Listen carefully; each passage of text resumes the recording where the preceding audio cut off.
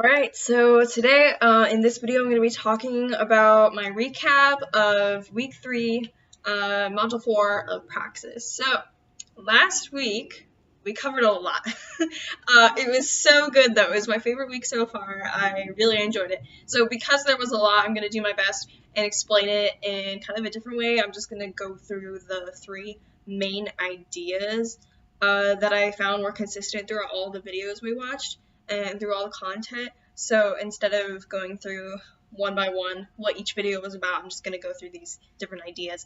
So I'm going to start off with, we learned about history and how to view history. So oftentimes people, and this is usually a result of the education systems that we have in place, people will view history as a timeline of events that in a lot of ways don't really have much to do with our lives today. And in other words, basically there's 2 ways you can view history. You can view it in the way that the world is getting better and better every day, or you can view it that it's getting worse and worse every day. Generally, people will say that it's getting worse and worse every day. And the reason why is because bad news is, in such a weird way, appealing to people, I think, because people want to think that we are in the end times. Our lives are set in this era of like collapsing economies, and so that's why people want to view it that way. But in reality, the idea that the world is getting better and better every day comes from the fact that we have lots of trade going on. So it's all thanks to the free markets that we have trade, we have innovation, we have new creative ideas, and we can now reach this point in our economy that where we can now have a demand. We now have a demand for art. And that is the next concept. So we talked a lot, there were videos that talked a lot about art and different kinds of art forms, but overall there's this pattern that's in place throughout history where a new art form will come into place. It's, born into the world, and at first people don't know what to do with it.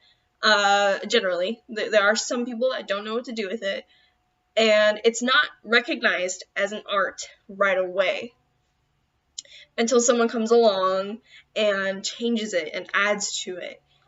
So I will give you an example. The motion picture industry. Okay, so the first movie, it wasn't a movie, it was moving pictures. I'm pretty sure it was just a train going by, and people did not think it was art. No one saw that and went, wow, such a beautiful movie. No, I think people were probably scared of it. They probably were, just like so in shock and in awe of the, whoa, there's moving pictures now.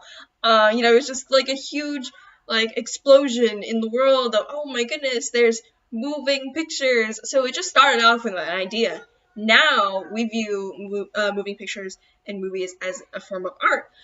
Directors, producers, they're considered artists. Actors are considered artists. So there's a huge shift that goes, it goes from, it's just an idea as a result of the market. The guy that made the first movie didn't think, oh, I'm creating a new art form now. No, he just thought he was, gonna do this to make a profit, probably. And that's, again, something that results as people trade, as, it comes from the free markets.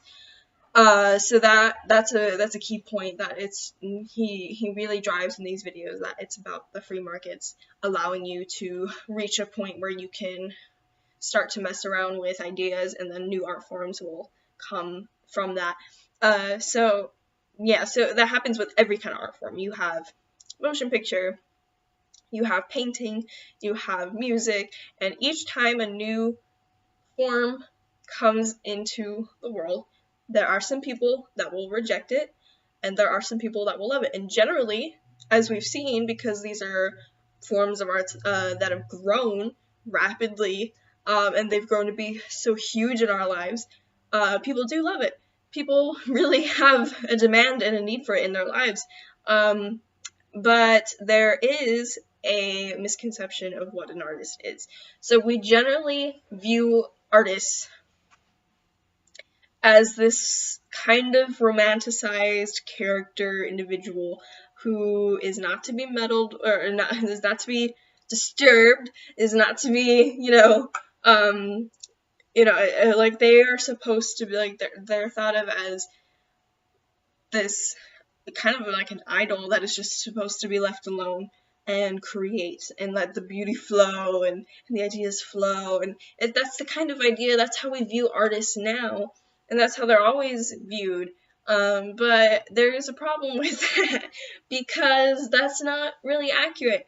The thing is, artists usually don't even know they're artists because the guy that invented movies had no idea.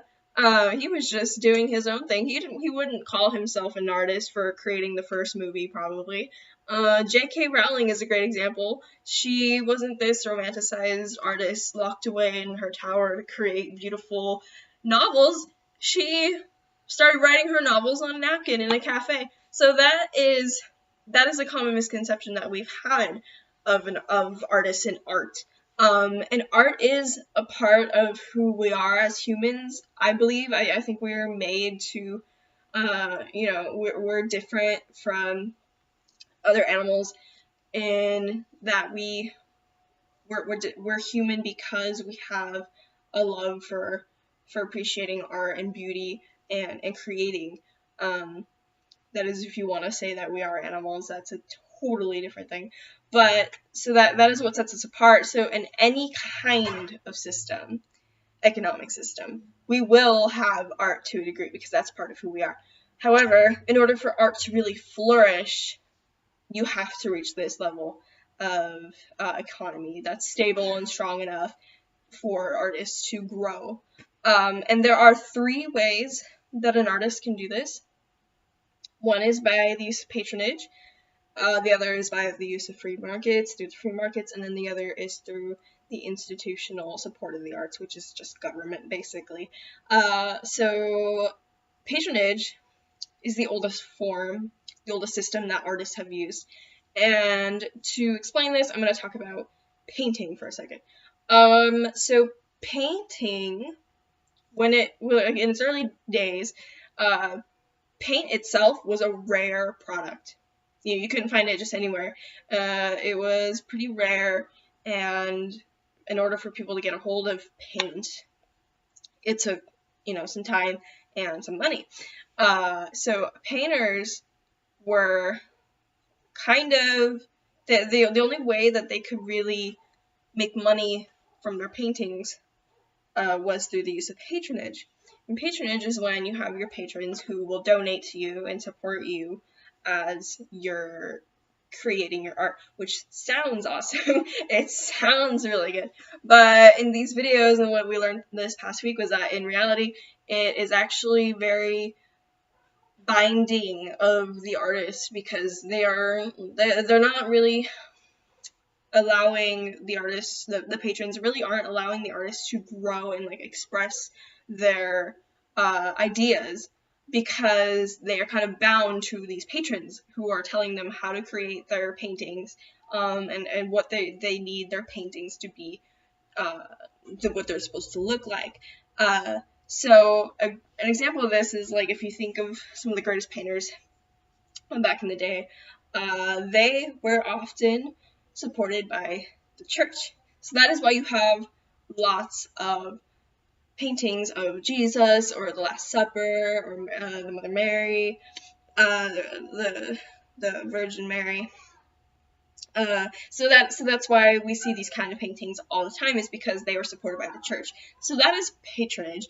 The second is the free markets, which is the most the main point of the whole videos, is that the free markets is the best system that we have in place that is possible. And then the third is government. So the problem with government is the government supporting the arts is that it's a lot like patronage, but it's just the government. It's almost the same thing, and it doesn't work. What happens is that they use tax dollars to support these artists, and I could go through a long list of reasons why the government system isn't the best system. But that's not necessarily the main point of these videos, but that is just an idea that was in place for how to approach art as an artist. You have those three options, and the best one is the free markets. So you have that idea, and then if you think about today, how we view, say, someone like Shakespeare. Back in his day, Shakespeare was not. He's not like kind of today we view him as high culture. We idolize him. We teach him in schools. Only the intellectuals know about Shakespeare. But back in his day, and when Shakespeare was actually around, he was pop culture. People thought he was cool. And in a weird way, there were a lot of intellectuals back then that thought he was crazy because he was putting all these crazy ideas into his plays, that were just absurd to them. But now it's totally different. It's totally flipped. Now the intellectuals are the ones that admire Shakespeare. So it's totally flipped. And that's part of the pattern that we see through history, is that you have this new art form come into place. People at first don't really know that it's an art until it starts to grow, and then, as time goes on, it becomes the art form. The ones that have really done a lot of work and changes to it become idolized. As time goes on, they become the high culture, and the whole cycle repeats again. And so the idea for what is the next rising art form, and this is still, to me, kind of shocking, is video games. And, so someday people might be going, oh man, I just wish my kids would play video games. Because, back when novels were starting to be serialized and mass-produced, a lot of people didn't like it. They would say, oh, I wish my kids would just put that novel down and work on the farm. They didn't like it because it was new, and that's going to happen every single time a new art form is introduced. People are going to reject it. And there's 3 reasons why that happens every single time. People will say there's too much sex and violence. It's a false illusion of reality, and you're going to get addicted to it. Those are the 3 reasons, and those are the top 3 reasons people reject lots of different. People reject music for those 3 reasons. People reject film for those 3 reasons, and people reject video games for those 3 reasons. So it's just interesting to think about. That is, basically all that was really mainly covered. And those are the 3 ideas. The ideas how to view history, that whole cycle, and then what is art really. How do you approach art? Then there's those 3 ways to approach it, that artists can be supported, and then how we view it today, and that's all a part of that cycle. So yeah, so it was a lot of content. I did my best to explain it in 13 minutes, but yeah, so it was great. I really enjoyed it, and hopefully I did a good job of explaining everything, because it was a lot, and you probably still have a lot more questions, I would assume, but it was just really great. So that's my brief recap, and yeah, thank you so much.